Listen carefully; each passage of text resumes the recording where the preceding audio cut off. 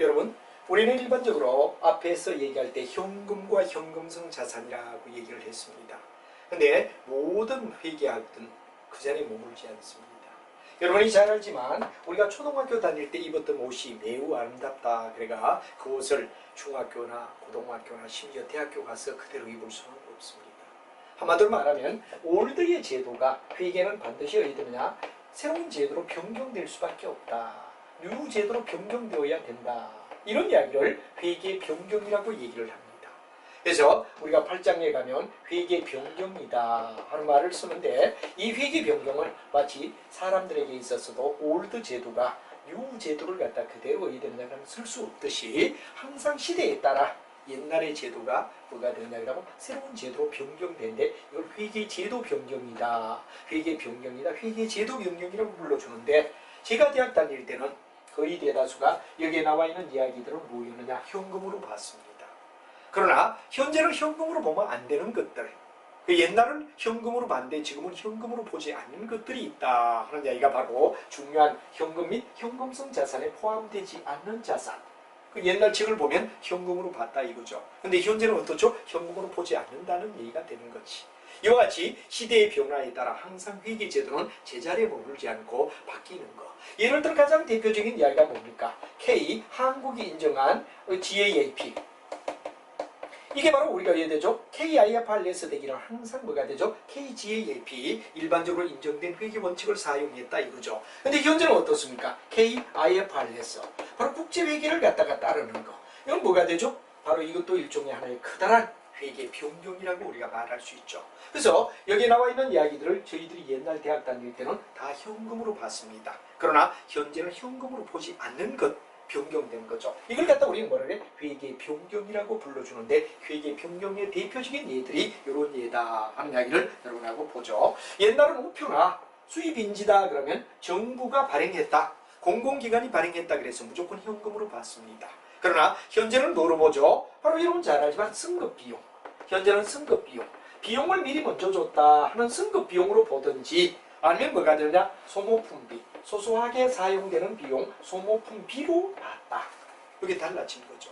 그래서 여러분이 옛날 우표나 수입인지를 갖다 우리가 할 때 공공기관이 발행해서 현금이라 봤지만 현재는 승급비용이나 소모품비로 변경됐다는 거. 이건 바로 옛날과 지금이 달라진 거, 회계 처리에 달라진 걸 이해를 해야 된다는 얘기를 설명하는 거죠. 그다음에 두 번째 이야기는 선일자. 이때 선이라는 말은 미래라는 이야기가 됩니다. 미래 날짜로 발행한 수표를 선일자 수표라고 얘기하죠. 그러면 이 선일자 수표는 우리가 봤을 때 현재는 수표가 아니고 미래 날짜로 수표를 갖다 받았다 이럴 때는 뭐로 보느냐? 현금으로 옛날은 봤습니다. 그러나 현재는 뭐가 되죠? 만약에 미수금이냐? 미수금은 상품 이외 물건을 팔았을 때는 미수금으로 본다. 선일자 수표를 이렇게 우리가 보죠. 그러면 아니면 아예 매출채권. 매출채권은 뭐가 됩니까? 상품을 팔았을 때 매출채권, 외상매출금으로 보자. 이 두 가지. 그래서 옛날은 선일자 수표를 갖다 그래도 미래 발생된 숫자니까 뭐가 되냐? 3개월 이내니까 현금으로 보자. 이렇게 봤는데 현재는 상품이 아닐 때는 미수금으로 봐라. 상품을 팔았을 때는 매출채권으로 봐라. 이렇게 우리가 변경되었다는 걸 알아둬야 된다는 게 아주 중요한 이야기가 되겠습니다. 그 다음에 이제 보통주. 여러분이 잘 알지만 주식을 발행하는 걸 갖다 우리는 보통주와 그 다음에 우선주라는 얘기가 나오죠. 여러분이 잘 알지만 보통주는 일반적으로 바로 의결권을 가지는 걸 갖다 우리는 보통주라고 얘기를 했습니다. 그러나 우선주는 바로 여러분들 잘 알지만 세 가지의 우선권을 가지는 대신 뭐가 되느냐? 의사결정권을 가지지 않는 것들. 예를 들어서 여러분 잘 알지만 뭐가 됩니까? 예를 들어 만약 배당의 우선권, 배당 우선 또는 아니면 뭐가 되느냐 그러면 바로 일반적으로 봤을 때 나중에 서로가 변경되는 일종의 뭐가 되느냐 변경의 우선권 뭐 등등 우선을 주는 경우가 있는데 보통주를 어떻게 우리 보느냐? 일반적으로 봤을 때 보통주는 유가증권으로 본다 하는 얘기가 되겠습니다. 유가증권으로 보자. 유가증권 계정으로 돌린다. 이런 얘기가 되고 뒤쪽 가면 유가증권의 범주를 저희들이 한번 정리합니다. 그 다음에 이제 만기가 남은 기간이 3개월 이상인 자산. 이때는 뭐가 되느냐? 보통 이제 3개월 이내가 될 때는 뭐가 되느냐? 그럼 현금으로 보지만 만기가 3개월 이상인 뭐가 되느냐? 내용 자산이 될 때는 단기금융상품이다. 자, 단기금융상품은 뭐가 되느냐? 3개월에서 의에 되느냐 이상이면서 1년 내가 될 때는 뭐가 되느냐 단기금융상품이라고 우리가 부릅니다. 그러니까 3개월 이상이죠. 이상 때는 단기로 본다. 만약 예를 들어 이게 장기금융상품이 될 때는 뭐가 되죠? 오히려 1년 이상 1년 후가 될 때는 그 뭐냐 장기로 봐야 된다. 이런 얘기가 되죠. 근데 3개월 이내가 될 때는 현금으로 볼 수도 있다. 앞에서 우리가 3개월 이내가 될 때는 뭐가 되죠? 바로 일종의 뭐가 되죠? 그렇죠? 한마디로 정기예금이나 정기적금의 만기가 3개월 이내가 된다 그럴 때는 현찰로 볼 수도 있다 그랬지만 3개월 이상이 될 때는 단기로 1년 이상이 될 때는 장기로 봐야 된다 하는 말이 되죠. 그 다음에 종업원에게 가불증을 갖다 우리가 주고 돈을 받고 급여를 먼저 줬다. 예를 들어 종업원이 와서 회사 자기 집에 일이 있으니까 가불을 좀 해달라. 그러면 이제 그 가불에 대하여 우리가 치는데 이때 가불증은 절대 현찰로 보지 않고 뭐가 되느냐? 종업원 단기 대여금. 종업원에 대한 단기 대여금으로 본다 하는 이야기가 굉장히 중요한 이야기가 됩니다. 이게 뭐가 되느냐? 바로 옛날일 때는 거의 현찰로 받던 것들이다 이거죠. 근데 지금은 현찰로 보지 않고 각각 달리 해석하는 것들이 뭐가 되느냐? 이런 걸 갖다 회계 변경이라고 말한다. 그리고 우리가 회계 변경의 대표적인 예를 들어라면 KGAP에서 KIFRS가 된 거는 회계 제도의 변경의 대표적인 예라고 말하듯이 여기도 바로 이렇게 제도가 바뀐 거예요. 제도가 바뀐 걸 갖다 우리는 일반적으로 얘기하는데 우표 수입인지를 우리는 승급비용이나 소모품비로 본다. 선일자는 미수금이나 매출 채권으로 본다. 보통주의 경우는 우선주와 달리 유가증권으로 봐야 된다. 그 다음에 3개월 이상일 때는 단기로 봐라.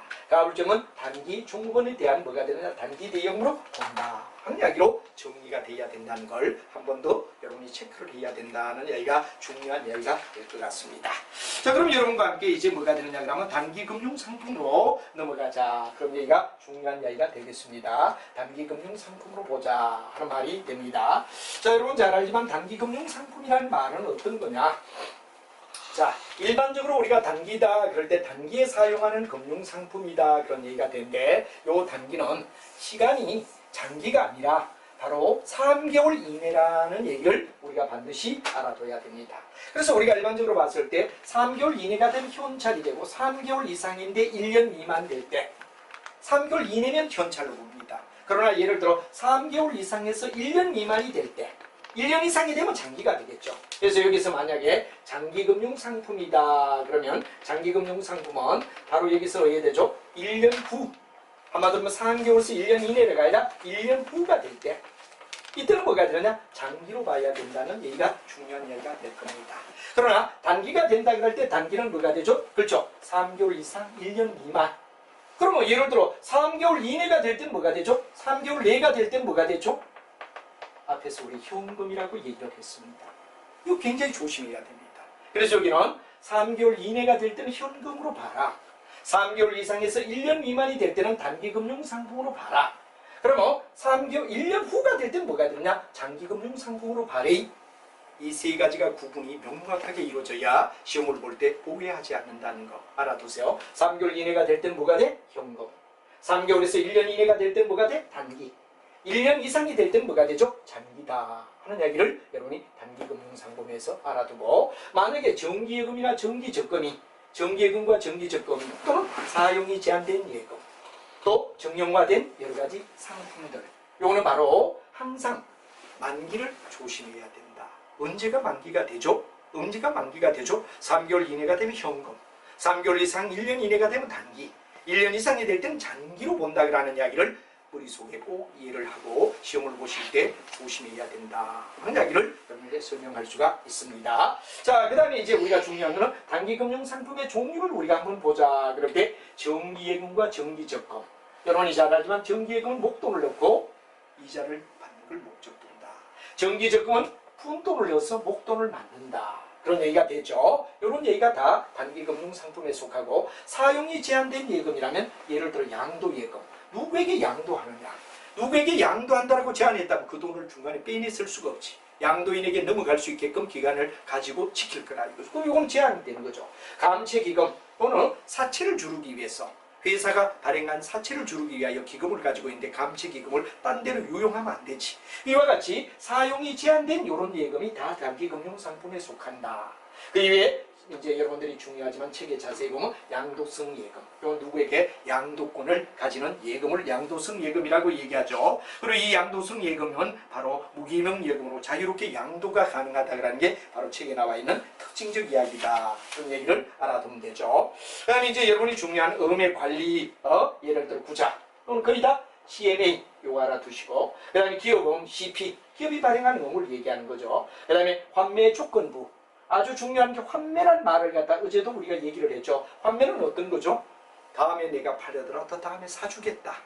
서로 사고 파는 걸 리턴하겠다라는 걸 환매라고 얘기를 했습니다. 특히 외환의 경우 환매 조건이 붙은 걸 갖다 우리는 뭐라고 하죠? 스왑이라고 얘기하고, 나중에 상충 거래될 때, 예를 들어 지금 현재 어떻게 되느냐? 환율이 1대 1000에서 내가 너에게 물건을 돈을 갖다 팔겠다.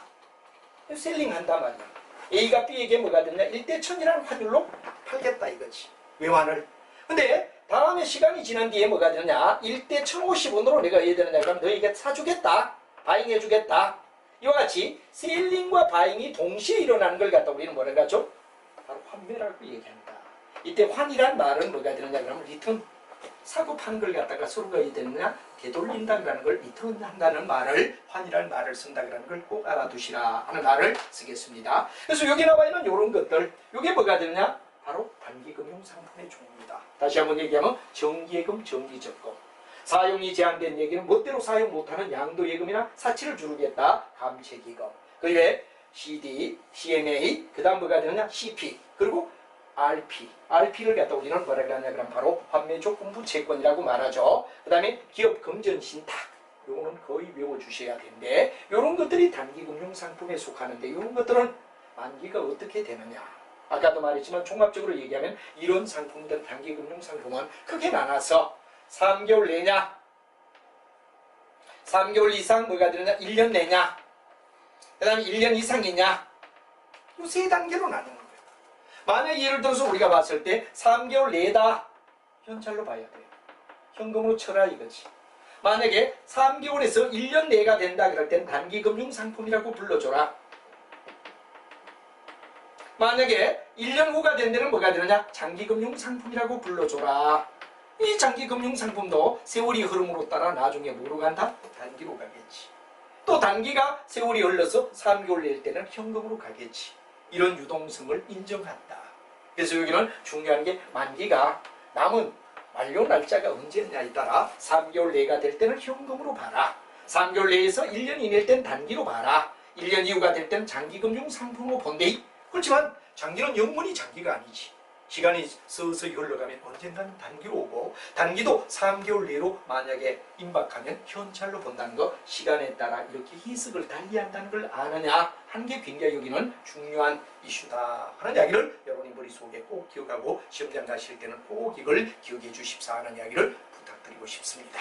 자, 이렇게 해서 우리가 일반적으로 봤을 때 단기금융상품의 개념, 이걸 정확히 이해를 하고, 단기금융상품의 머릿속에 떠올라줘야 되는 게 정기예금, 정기적금 임기가 되죠. 그 다음에 이제 사용이 제한된 예금, 그리고 정형화된 예금 속에는 여기 나오는 이야기들, 이런 것들인데, 항상 이런 거는 프로의 개념으로 시간의 흐름을 인정해줘야 된다. 시간의 흐름을 항상 인정하며 따져줘야 된다는 게 아주 중요하죠. 그래서 일반적으로 봤을 때 1년 후냐, 1년 이내냐, 3개월 내냐 하는 거고, 이렇게 시간이 지나면 앞으로, 시간이 지나면 앞으로 변동되는 이야기를 얘기하고 있다는 걸 꼭 명심해달라는 얘기를 여러분에게 부탁드리고 싶습니다. 그 이외에 여러분들이 이제 다른 이야기는 충분히 이해를 하라 하는 얘기가 되고, 이제 다음 쪽으로 넘어가면 유가증권에 대한 이야기를 여러분하고 같이 한번 보자 이겁니다. 자, 여러분이 중요한 이야기는 유가증권이라는 말의 뜻이 뭐냐? 한마디로 말하면 유가증권이라는 말은 가치가 존재하는 정권이다. 그런 말이 되겠죠. 가치가 있는 정권이다. 가치가 있는 종이다. 이런 얘기란 말이야. 그래서 유가증권을 갖다 폭넓게 우리가 본다면 굉장히 이거 중요한 이야기가 된데, 뭐 계정을 분류할 때도 우리가 얘기를 자주 했습니다만, 유가증권이라는 말의 개념을 분명히 우리 경영학에서 공부할 때와 회계학에서 공부할 때와 또 재무관리에서 얘기할 때 이런 각각 영역마다 우리는 달리 해석을 하고 있는데, 그 내용을 한번 좀 정확하게 정리하는 것이 회계 공부를 할 때 매우 중요하다 하는 얘기를 저는 드리고 있고, 대학교에서 강의할 때도 항상 이런 회계에서는 뭐를 강조하죠? 계정의 분류 속에서 내용을 정확하게 아는 것. 용어에 대한 정의를 정확하게 해주는 것은 매우 회계에서 중요한 이슈다 하는 이야기를 드리며 한번 같이 보도록 하죠. 자, 일단은 우리가 뭐가 되느냐 그런데 하나 내용을 갖다 가만히 본다면은 이런 얘기가 되겠죠. 어떤 얘기가 되느냐? 지분이다. 지분이란 말의 뜻을 이해를 해야 돼요. 지분은 공급은 스톡이다. 주식을 얘기하는 겁니다. 스톡, 주식이다. 일반적으로 주식을 갖다 우리가 얘기한다. 주식은 뭐가 됩니까? 배당을 받고 또 하나 중요한 게 뭐가 됩니까? 의결권을 가진다. 물론 의결권을 가진 보통주, 의결권을 가지지 않으면 우선주다. 이런 얘기했죠. 근데 만약에 채무다 그럴 때 채무는 바로 본드입니다. 본드는 뭐가 되느냐 그러면 바로 사채 채권을 얘기하는 거죠. 채권. 이 채권은 반드시 뭐를 받느냐? 배당을 받는 게 아니라 이자를 받는다. 이자를 받는다. 그래서 보통 이 가치가 나가는 증권은 주식과 뭐가 된다? 채권. 주식과 채권 이 두 가지가 뭐가 되느냐? 일반적으로 회사가 돈을 끌어들일 수 있는 하나의 지분 또는 채무 증권이라고 말할 수 있다. 그래서 여기에 중요한 건 바로 주식을 얘기하고 여기는 채권, 여기는 배당을 갖다 우리가 생각하고 이자를 갖다 생각한다 그랬죠. 그럼 여기는 의결권을 가진다 그랬죠. 이런 것들이 뭐가 되느냐? 유가증권이다. 자, 그 다음에 이제 우리가 중요한 이야기는 여기서 꼭 기억을 해야 되는 게 유가증권을 갖다 분류할 때, 유가증권을 분류할 때 바로 단기 투자란 말이 나와요. 단기 매매 증권이란 말이 나오죠. 단기 매매 증권이다 그러는데 이 단기 매매 증권은 모든 거래를 단기에 손익을 인식하는 금융자산이다. 이렇게 동요가 되게 됩니다. 지금 여러분이 IFRS가 되면 계정의 변화 속에서 단기 매매 증권이라는 말을 그전에 많이 썼습니다. 근데 지금은 단기 손익을 인식하는 금융자산이다. 이렇게 같이 책에 따라 아직까지 그냥 단기 매매 증권이라 쓰는 책도 있고 이걸 갖다 좀 더 증거 방해해서 단기 손익 인식 금융자산이라는 말이 되는데 이 두 가지는 동료로 봐줘라. 똑같은 말이 되겠습니다. 다음 장기로 가게 되면 1년 이상이 되면 장기가 되죠. 만기까지 보유하겠다. 만기 보유 증권이라고 불러줬어요. 근데 지금은 상각 후 원가를 측정하는 금융자산이다. 상각 후 원가를 측정해서 따지는 금융자산이 만기 보유다. 이렇게 되죠. 그 다음에 이제 매도 가능 증권이다. 그럴 때 매도가는 기타 포괄 손익 인식이다. 그런 말이 되죠. 단기의 손익을 갖다 따지지 않고 마지막 결과에 의하여 바로 단기 예를 들어서 기타 포괄 손익이라는 말은 뭐가 되느냐? IS에 처리하지 않고 IS는 손익계산서에 처리된 거죠. 근데 뭐가 되느냐 그러면 IS에서 처리하지 않고 나중에 최종 결과가 나올 때 최종의 결과를 갖다가 해야 되느냐 그러면 바로 인식을 해주는 거. 나중 가서 처분할 때 그때서야 비로소 손익을 갖다 따지는 걸 갖다가 얘기하는 걸 갖다가 기타 포괄로 보더라. 그래서 기타 포괄은 나중에 여러분들 자본금을 갖다 우리가 얘기할 때 자본금에서 뭐냐? 진짜 주주가 낸 돈 자본금입니다. 그 다음에 자본거래를 통하여 땅값이 올랐다, 건물값이 올랐다, 자본거래로부터 자본이 늘어나면 자본잉여금이라 그러지. 그리고 단순히 자본을 갖다가 늘리고 줄이는 걸 갖다가 조정이라 그러죠. 그리고 이제 기타 포괄 손익이라는 나와. 이건 바로 IS 요소가 아니라 BS 요소로서 나중에 결과만 IS 처리하지 않고 결과만 이익과 손해를 최종적으로 인식해 주는 걸 갖다 기타 포괄 손익이라고 하는데 매도 가능은 기타 포괄 손익 인식의 금융자산이다. 요 바뀐 내용들을 동료를 여러분이 알아둬야 됩니다.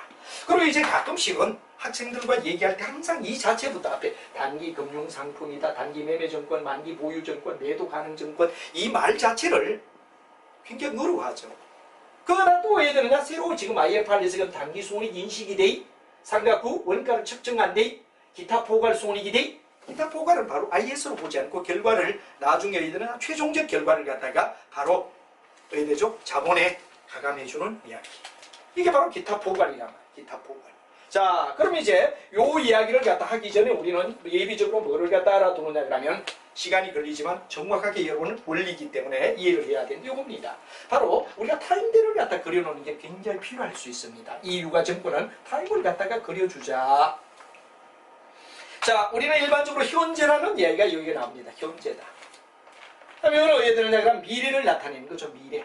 언젠가 미래가 있단 말이에요. 그러면 현재 팔고 살 수 있는 증권을 뭐라 그러죠? 현재 팔고 사는 증권을 단기 매매 증권이라고 말한다. 단기 매매 증권. 현재 팔고 산다는 이야기가 되다 보니 단기 매매 정권이 되며 여기는 즉각 현찰이 되기 때문에 당좌 자산으로 본다.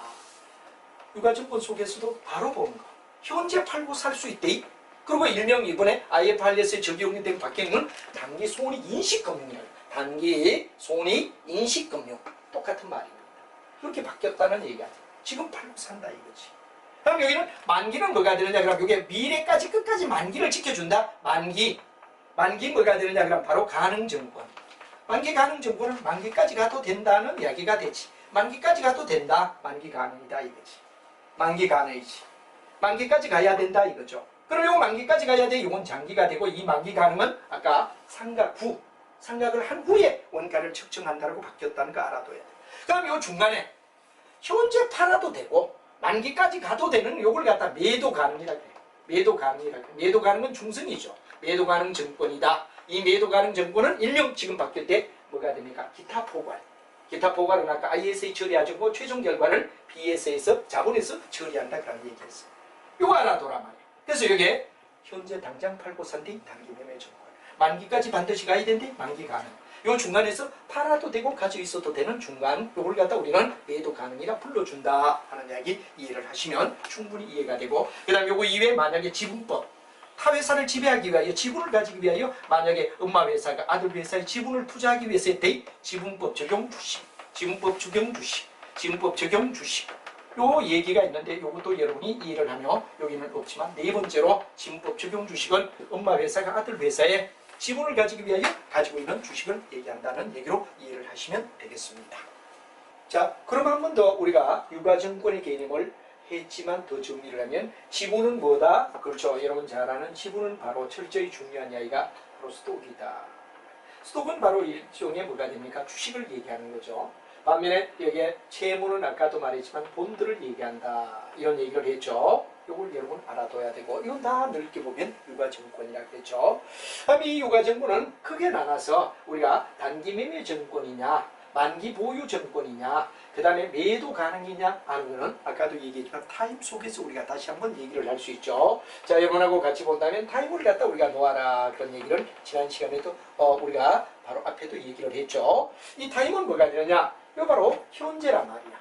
현재는 지금을 얘기하는 거죠.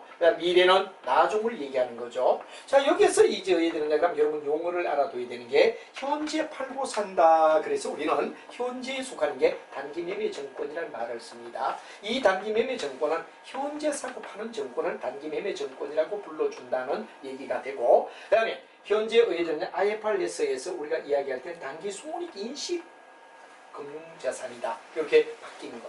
요거 같이 병행해서 지금 써도 됩니다. 단기 매매 증권이라 그래도 좋고 단기 손익인식 금융자산이라고 바꿔도 좋다. 이 두 가지를 병행해주면 될 것 같습니다. 그래서 이제 어느 정도 과거의 책들은 단기 매매 증권이라는 말을 쓰고 있죠. 바로 단기에 지금 사고 판다 이런 개념이에요. 그래서 단기 매매 증권. 그리고 우리가 바로 단기 손익인식 금융자산이라고 변경되고 있다는 거 알아두면 되죠. 반면에 이제 만기 미래 어느 시점까지 그대로 간다 이럴 때 만기까지 가야 된다 이럴 때 만기 보유가 되는 거죠. 만기 보유라는 건 만기까지 반드시 보유해야 된다는 이야기 만기 보유 증권이라고 아까도 말했죠. 요거 한 번 더 체크를 하자. 요게 단기라면 요건 뭐가 되느냐 장기가 될 거다 하는 얘기가 되겠죠. 그래서 장기와 단기를 얘기하고 그 다음에 요 중앙에서 아까도 말했지만 상황에 따라서는 단기 매매로 해도 되고 만약 만기까지 가도 된다. 이 중성 성분을 우리는 뭐라 그러냐 매도 가능이라고 얘기한다. 매도 가능 증권이라고 불러준다 그랬죠. 이 매도 가능 증권은 현재 뭐가 되냐 바로 여러분 잘 아는 바로 기타 포괄. 기타 포괄은 아까 얘기했지만 일반 뭐가 됩니까 손익계산서에 인식되지 않지만 그 결과가 자본에 적용되어서 결과를 갖다가 얘들을 가지고 자본을 늘어나고 줄게하는 이런 걸 갖다가 기타 포괄 손익 인식이라는 얘기 알아두면 되겠죠. 자, 요걸 갖다 여러분이 한 번 더 정리를 제가 쭉 했고 여기서 중요한 이야기는 바로 단기 매매 증권은 뭐가 되죠? 현재 팔고 살 수 있기 때문에 요거는 뭐로 보느냐 우리가 봤을 때 단기적이 되고 요거는 바로 당좌자산으로 본다. 그런 얘기 알아둬야 되죠. 당좌자산이다. 그럼 이제 여기에 매도 가능이나 만기 보유나 또 하나 이제 여기 뭐가 되느냐 지분법 적용. 지분법 적용 주식이라는 말을 갖다 우리가 쓰죠. 지분법 적용 주식은 자 아들 회사, 엄마 회사 이런 우리가 혼재론이라는 내용을 갖다 얘기할 때 엄마 회사가 아들 회사에 어떻습니까? 권리를 가지기 위하여 투자를 해준다. 엄마 회사가 아들 회사에 투자를 해주는 걸 갖다 우리가 지분법 적용 주식이다. 바로 뭐가 됩니까? 아들을 지배하기 위하여.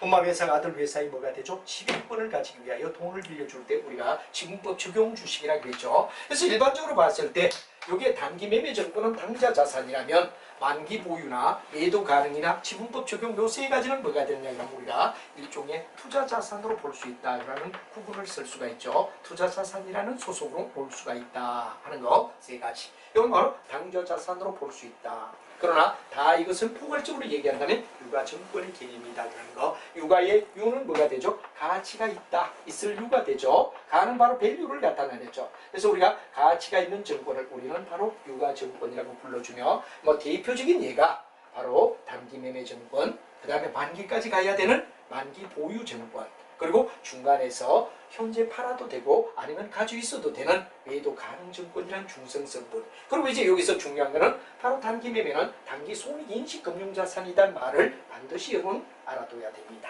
그다음 여기는 바로 만기 보유 증권은 바로 상각 후 원가 측정 자산이라는 말로 우리가 같이 병행해서 쓰고 변경되기 때문에 이렇게 IFRS에서는 알아두고 옛날은 이런 데 같이 현재는 쓰고 있다고 봐주면 됩니다. 매도 가능 증권은 기타 포괄 손익 인식이다. 그래서 자본의 기타 포괄 손익 인식이라는 이야기가 똑같이 결과만 가지고 IS에 들어가지 않고 결과를 갖다가 자본을 빼주고 늘어나게 하는 이야기를 바로 일종의 기타 포괄 손익이라고 하는데 매도 가능 증권은 거기에 소속이 된다는 걸 한 번 더 유념하시면 되겠다 하는 이야기를 여러분이 이해를 하시면 매우 중요하다 하는 얘기를 드리겠습니다. 그럼 이렇게 바로 단기 매매 증권, 만기 보유 증권, 매도 가능 증권 여기는 안 남았지만 지분법 적용 주식. 근데 요 세 가지는 다 투자 자산이고 요 하나는 당좌 자산으로 보는데 소속은 어떠냐? 다 유가 증권이다 하는 이야기를 여러분이 이해를 하시고 그럼 이런 유가 증권이 가지는 특징은 어떤가 하는 이야기를 여러분하고 같이 한번 보도록 하는데 거기에 대하여 한번 정리를 하며 넘어가도록 하죠. 자, 아까도 말했지만 이 단기 매매 증권이다.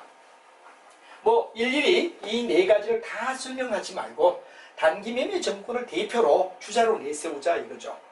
주자로 내세우며 바로 이 이야기는 바로 뭐가 되냐? 단기 손익의 금융자산, 단기 손익을 인식하는 금융자산이다 하는 말로 이제 변경이 되고 있기 때문에 알아야 되고 그럼 이거는 다른 네 가지와 똑같이 다 일일이 이 네 가지를 단기 매매 따로, 매도 가능 따로, 만기 보유 따로, 지분법 적용 따로 이렇게 하지 않고 한꺼번에 요걸 대표 주자로 세우며 다른 것과 같이 우리가 취급할 때 차이점만 비교를 하며 나가자 이런 얘기가 되죠. 자, 그럼 여러분들 단기 매매 정보는 바로 아까 얘기했죠. 언제라도 우리가 사고 팔 수 있는 거. 여러분들 가끔씩 우리가 해야 되죠. 인터넷 앞에서 매일 주식을 사고 팔고 주식을 사고 팔고 이렇게 하는 걸 단타라고 얘기합니다. 단타한다.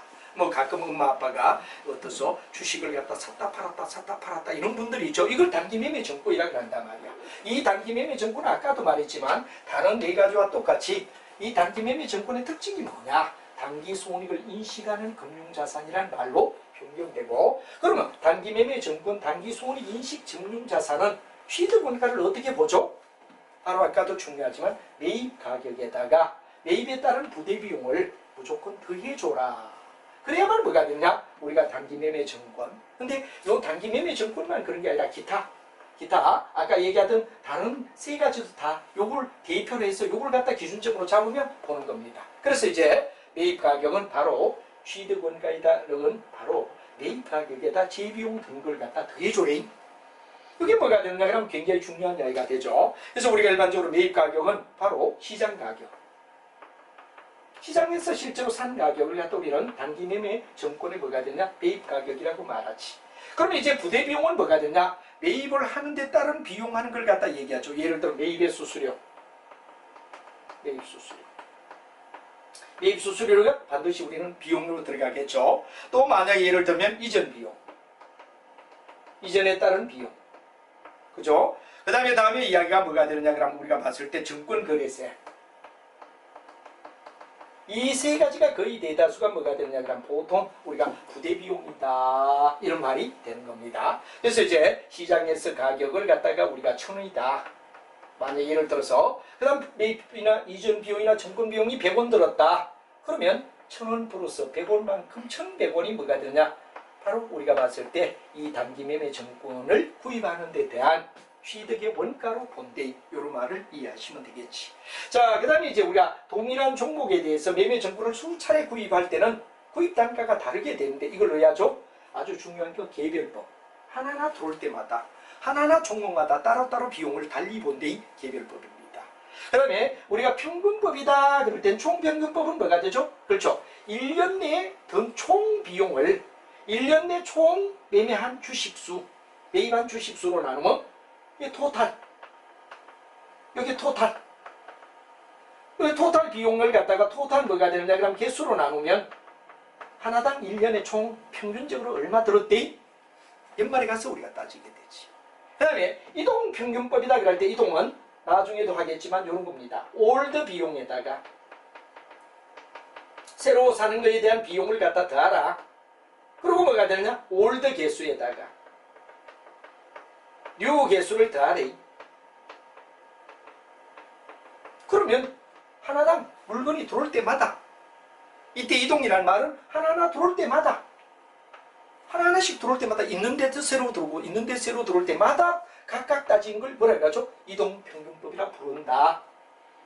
그래서 여러분 재고자산을 나중 따질 때 하나하나 종목마다 따지는 개별법. 예를 들어 보석상이 하나하나 보석마다 이거 얼마 샀다 꼬리표를 붙이면 개별법이라고 불렀죠. 자기만 안다 말이야. 팔 때마다 이거 보니까 얼마지? 자기가 표시해놔.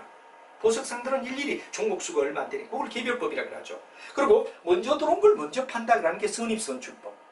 나중 들어온 걸 먼저 판다 후입선출법. 근데 후입선출법은 IFRS에서 인정하지 않죠. 선입선출법은 인정하더라도. 그리고 이제 평균법이 있는데 평균에는 연말에 가서 총 연간 들어온 걸 다 따질래? 아니면 돌 때마다 따질래? 그런데 여기서는 선거는 세 가지. 뭐가 빠졌다? 그렇죠. 재고자산의 선입과 후입이라는 두 가지는 빠지고 나머지 5가지 중에 3가지를 쓰더라. 이것도 비교해두자 이거죠. 우리가 어디에서는 그렇죠. 재고자산에 가면 재고자산이라는 말은 상품을 팔기 위하여 가지고 있는 여러 가지 상품류를 재고자산이라고 합니다. 재고자산에 가면 모두 몇 가지냐? 바로 여러분들 중요한 이야기 5가지를 가지고 따져요. 근데 여기는 모두 몇 가지냐? 3가지를 가지고 따진다. 이것도 여러분이 비교해두면 나중에 혼란을 막는데 도움이 될 거다 하는 이야기를 드리며, 자, 단기 매매 정권 이걸 갖다 우리가 얘기하는 대표적인 거는 쉬들 보니까 이 재비용을 들어라. 근데 이 재비용을 갖다 우리가 할 때는 매입의 수수료나 이전 비용이나 정권 거래세 이런 건데 수차례 할 때는 총 우리가 일반적으로 봤을 때 재고조사에는 5가지가 있는데 그 중에 선입과 후입을 뺀 요 3가지를 우리가 쓰고 있다는 것도 참고로 알아둬라 하는 이야기로 여러분에게 설명할 수가 있습니다. 그죠? 자, 이렇게 해서 단기 매매 정권에 대한 이야기가 바로 아까 얘기했던 4가지의 정권과 똑같이 얘기하면 시장 가격에다가 매입에 따른 재비용을 바로 우리가 원가로 보고, 그 다음에 이런 비용을 갖다 우리가 이걸 스스로 이런 것들을 일일이 할 때는 개별적으로 따질 건가 총액을 따질 건가, 들어올 때마다 새로운 것과 기존을 할 거냐, 3가지 기법, 재고자산 5가지가 있는데 뒤에서 배우겠다 하는 이야기를 여러분이 이해를 하시면 충분히 샀을 때 어떻게 표시하죠? 그래 일일이 우리가 각각마다 하는 게 아니라 대표를 단기 매매 정보로 보는데 다른 것들도 이런 식으로 하면 된다. 그러면 어떻죠? 단기 매매 정권 앞에도 우리가 얘기했던 게 어떤 거 있었죠? 그렇죠. 바로 아까 얘기했던 단기 매매 정권. 단기 매매 정권. 이 단기 매매 정권을 갖다 이제 샀을 때 의하느냐? 샀을 때는 이렇게 한다. 근데 단기 매매 정권만 이러냐? 아니다. 바로 단기 매매 정권이라든가 만기 보유 정권이나 매도 가능이나 다 어떠냐? 똑같이 본다. 근데 일일이 다 따로따로 분리하는 게 아니라 대표 주자를 단기 매매 정권으로 보자. 해가 단기 매매 정권을 해놨지만 다른 것도 역시 매입 가격에 부대 비용을 더한 만큼은 원가로 본다. 이건 똑같다 말이에요. 우리가 아까 몇 가지 했죠? 바로 단기 매매 정권 이외에도 3가지 더 있죠. 매도 가능, 그 다음 뭐가 되죠? 만기 보유, 그리고 지분법 적용. 물론 이제 말이 바뀌면 단기 손익 인식, 그 다음에 뭐 아까 얘기하던 것 중에도 그대로 얘기했습니다만 뭐가 되죠? 그렇죠. 단기 매매 손익금융, 상가구 원가 측정 금융자산, 그 다음 기타 포괄 손익, 이렇게 바뀐 것도 이해를 하며 우리가 정리를 해두자 하는 이야기가 중요한 이야기가 될 것 같습니다. 자, 이렇게 해서 우리가 단기 매매 정보를 가지고 이제 전체를 이렇게 구입할 때 매입 가격의 재비용을 단 만큼 하고 이 재비용에 대해서는 이 세 가지를 처리한다는 걸 여러분 유념하면 될 것 같습니다. 자, 그러면 만약에 이 단기 매매 정보를 가지고 있으면 보유할 때 단기 매매 정보를 샀다 그러니까 당장 팔 수도 있지만 단기 매매 정보를 보유한다고 할 때 어떤 문제가 있느냐 이런 얘기가 되겠죠. 그럼 이제 예를 들어 보유하게 되면 팔지 않고 그냥 정보를 갖다 보유한다면 어떤 거냐, 팔았을 때는 어떠냐 이런 과정을 갖다 우리가 생각한단 말이야. 그래서 항상 이 유가 정보를 갖다 바라볼 때는 스타일을 갖다 기억하는 게 매입시 어떻게 처리하죠? 바로 매입 가격에다가 재비용을 단 만큼을 원가로 봐라. 이게 포인트였어요. 그리고 이 재비용의 처리 방향은 세 가지다. 이거란 말이에요. 그럼 이제 매입한 걸 가지고 가만히 있는 게 아니라 이거 보유시. 보유시가 되겠죠? 보유시는 어떤 문제가 있느냐? 두 가지가 있어. 첫째는 뭐가 됩니까? 이자나 배당을 갖다 우리가 생각할 수 있다. 이자는 물론 본드가 되고 수도은 배당을 받겠지. 아니면 이건 뭐가 되느냐? 두 번째 얘기는 보유할 때는 뭐가 됩니까? 올라가든지 내려가는 평가의 경우가 있을 거다. 이거 되지. 그 다음에 이제 처분을 할 때 어떻게 되느냐. 처분시가 어떻게 되죠? 하는 이 프로그램을 시간별로 이해를 하며 생각해야 된다 이거지. 아까 첫 번째 매입시는 어떻게 되죠? 요거에 대한 이야기를 설명을 했지. 그런데 만약에 보유하고 있을 때는 어떻죠? 그렇죠. 우리가 봤을 때 배당금을 수취할 수가 있어. 이럴 땐 배당금 수익. 물론 이거는 영업외 수익으로 봐야 된대. 개정하면 영업외 수익입니다. 장사한 게 아니니까. 장사 이후에 투자를 해서 받는 건 영업외로 본단 말이야. 다음에는 채무의 경우, 채권의 경우는 배당금이지. 채무의 경우는 이자란 말이야. 이자는 뭐로 보죠? 이자 수익으로 봐래.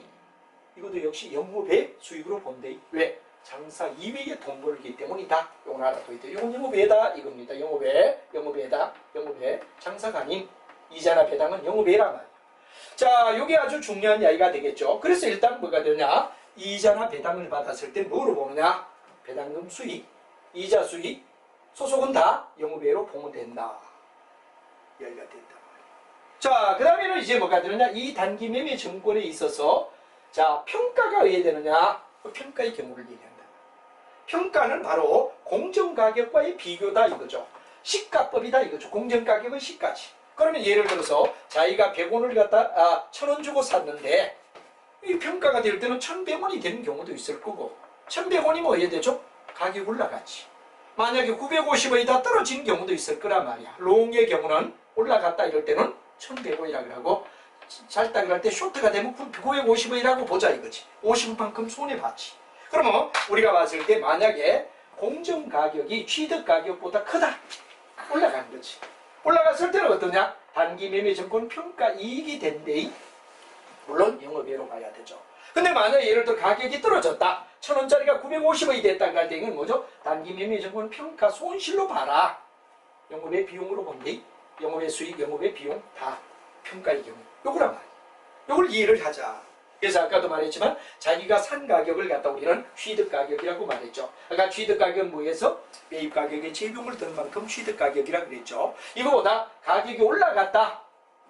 단기 매매 정권 평가 이익이지. 자, 1000원 주고 샀는데 1100원이 되었다. 100원만큼 뭐야?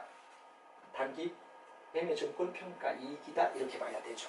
만약에 예를 들어서 여기서 1000짜리가 950원이 됐다? 그럼 이거는 단기 매매 정권 평가 손실이 될 수 있다 하는 얘기로 설명을 갖다 우리가 할 수 있다는 걸 이해를 하라. 이 두 가지를 우리가 얘기하죠. 그래서 물론 단기 매매 정권을 갖다 단기 손익 인식 금융자산의 뭐가 되죠? 평가 이익. 단기 손익 인식 금융자산의 평가 손. 이렇게 우리가 말하면 되겠죠. 이렇게 돼서 보유했을 때 가격이 올라가든지 내려가는 경우 두 가지가 있을 수 있다. 그래서 매매했을 때 이거. 그 다음에 평가 보유시는 이자나 배당을 받을 때 영업외, 평가가 될 땐 평가이익, 평가손이 있을 수 있다 하는 이야기를 알면 되겠죠. 이렇게 해서 우리가 알아두고 그러면 이제 다음 이야기는 뭐냐. 다음 이야기는 처분할 때 어떻게 되죠? 바로 요거 처분 경우지. 만약에 자기가 샀을 땐 요거, 그 다음에 아까 이자 받을 때 배당 받을 때 평가할 때 각각 얘기를 했죠. 이번에 처분이 될 때는 어떻게 하느냐. 이게 이제 마지막 이야기란 말이야.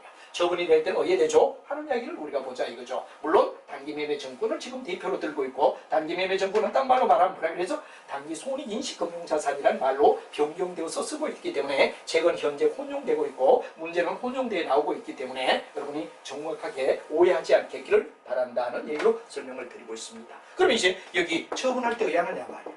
물론 단기매매 증권은 뭐로? 단기송이 인식금융자산이라는 말을 거듭 동요라 그런 얘기는 여러분에게 꼭 얘기를 하고 있습니다. 자, 여기는 처분할 때 어야 되죠? 요거란 말이에요. 아까 우리가 평가했을 때 가격과 처분할 때 가격. 이게 아주 중요합니다. 그래서 단기매매 정권 처분이익은 단기매매 뭐가 되느냐 그러면 정권 처분가액에다가 처분 시점에 단기매매 정권의 장부가격. 이게 뭐가 되죠? 평가된, 이미 평가된 가격이란 말이에요. 어디에서 평가돼서? 요 평가돼서. 요 가격으로 바뀌었다면 그거보다 비싸게 팔았느냐 싸게 팔았느냐 이야기에 따라 예를 들어 처분 손익은 뭐가 됩니까? 비싸게 받으면 처분이익이 되지. 싸게 팔았다 그러면 처분 손이 되겠지. 그러면 보유하고 있는 단기매매 정권에 대한 모든 거는 대입할 때 어떤 문제가 있지? 설명했어. 가지고 있을 때 어떤 문제가 있죠? 이자나 배당을 받는 경우 얘기했죠. 평가했을 때 올라가는 경우 내려가는 경우 있죠. 처분할 때는 요 평가된 금액과 아까도 말했지만 1,000원 주고 샀다. 이게 1,100원이 되었다 그러죠. 여기에 어디에 되느냐? 1,300원 받았다 그럴 때는 이거로 비교하면 절대 안 된대. 왜? 중간 보유했을 때 평가의 과정을 거쳤기 때문에. 그럼 이건 어디에 되죠? 이때는 요거와 요걸 대비해가지고 200원만큼 처분이익이라고 불러줘야 되지. 1,000원에서 1,300원이라고 보면 안 된다. 이게 아주 중요하다. 요거 이 단계는 평가. 요거 단계는 처분. 요거는 평가. 요 단계는 뭐가 되죠? 처분. 평가이익, 평가손, 처분이익, 처분손 이렇게 될 거다. 그걸 이해를 해요. 그럼 유가증권은 다른 것도 역시 이런 방법으로 처리하면 된다. 다른 모든 네 가지도 이런 식으로 처리하면 된다 하는 이야기로 단기매매 증권에 대한 이야기를 쭉 비유를 하며 우리가 다 정리를 해줬다 하는 얘기가 되겠죠. 자, 이렇게 해서 우리가 단기매매 증권은 끝나고 이제 다음 이야기는 뭐가 되냐? 수취채권. 받아야 할 채권을 갖다 수취채권이라고 하지. 그럼 수취채권의 반대는 뭐가 되죠? 지급채무가 되지. 줘야 할 빚. 그래서 이제 수취채권과 그 다음에 지급채무를 본다 그러면 서로 두 가지는 어떻죠? 받아야 할 이야기. 자산을 얘기합니다. 그러면 줘야 할 지급채무니까 부채를 얘기하지. 부채. 그죠? 자산과 부채다. 서로 반대적이다.